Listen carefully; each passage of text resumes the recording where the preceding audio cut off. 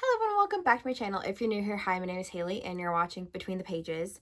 So I thought since a lot of us, The Last of Us fans, are not doing so well due to Sunday's episode. I have not watched it yet. I do know what happens and I think I'm just prolonging it because I just do not want to watch the next episode. I will, don't worry, I will. I'll catch up.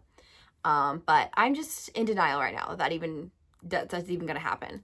So I thought we would talk about some books that have utterly wrecked me, but these ones are in a good way, not in a bad way. Well, I guess depending on how you see these books. But yes, we're gonna talk about the books that have completely wrecked me. I have 4 that I have personally read. Well, I've read all of these, but then there's one that didn't wreck me personally, but I know has wrecked a bunch of other people. So let's just get into it. Okay, so the first one is Sunrise on the Reaping by Susanna Collins. I forgot to mention that all of this whole video contains spoilers as to why and how they wrecked me. This one is about the 50th Hunger Games, so it's Haymitch's games. Long story short, he ends up trying to rebel against the Capitol and end up killing his whole entire family and the love of his life, Lenore Dove. So, case in point, why this book utterly wrecked me. And then we have Forbidden by Tabitha Susama, I'm not sure. This is about a brother and a sister who end up falling in love, and it ends exactly how you think it is going to end. And so, yeah, it doesn't end pretty. There's no happy ending, but it's kind of like a car crash that you can't look away from. So this book, I was forever changed after reading this, just because I felt so bad for the characters and the whole situation. And it's like these two would have been like the perfect like couple if they had not been biologically related. So it just, yeah. I don't know what else I could say about this book other than I would love the opportunity to reread this again for the first time and relive all of the feelings I had while reading it. The third one is Where the Dark Stands Still by A.B. Poranek. This is about a girl who has powers and she wants to wish them away. So this character, the main male character, offers her a bargain. He's like, okay, well, if you want to get rid of your powers, you have to serve me for a year and then I'll grant your heart's desire. So get rid of her powers.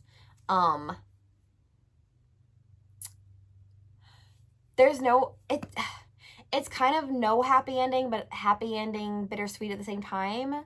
Because in the end, it's mentioned that she goes out into the forest every night, like looking for the main male character, her love interest, and his spirit kind of manifests as like this ghostly like stag. And it's mentioned like in the last couple lines that she goes out looking for him every night, and every night she reaches forward and her hand goes through him, and then this time it didn't. So I would love to see a follow-up to this book. I've not read any more of A.B. Poranek's books, but I would love to. So I really hope there's a follow-up or like a novella or something, because I need these two to be together. I need a happily ever after. Thank you very much. And this last one is Heartless by Marissa Meyer. This was the OG. This was the OG book that ripped my heart out and stomped on it. Because I joked when I reviewed this, I didn't review this on this channel. I might do that at a different time if I reread it at any point.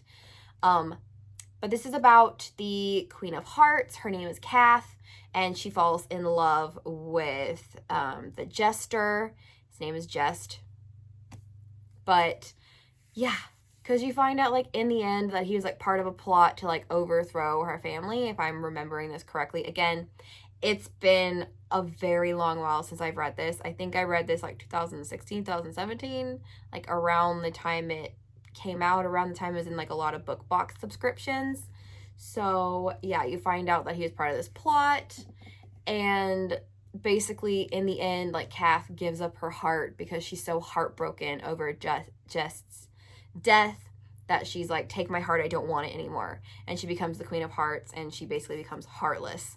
And so I joked that after I read this, I was like, I'm heartless after reading this, and you will be too if you read it. So again, this was the OG book that ripped out my heart and stomped on it. And 10 out of 10 would put myself through that pain again of reading it. Then this one is an honorable mention. I know this is the BookTok girlies and the BookTube girlies, like, all-time favorite, like, heartbreaking story. And that is The Song of Achilles by Madeline Miller. This did not... I was not heartbroken after reading this, but I also, like, I've read the Iliad, and I know the story of Achilles and Patroclus, and I knew how it was going to end. So it didn't I wasn't like heartbroken. I was more heartbroken over Circe, which I didn't include this on this list because I was like, I kind of knew how that story was going to end too, just because I know the legend of Circe and everything. But yeah, this one did not rip my heart out and stomp on it. But I know it has for a lot of other people, so that's why this is getting added to this list as an honorable mention. So that was my list of books that have devastated me in the best way possible. Please let me know if you guys have read any of these, your thoughts, any other books that you feel like have hurt you, but it like in a good way, like you enjoyed it also. So kind of like Harry Potter, you're gonna suffer and be happy about it. But yeah, that was my video for you guys today, and I will see you guys later.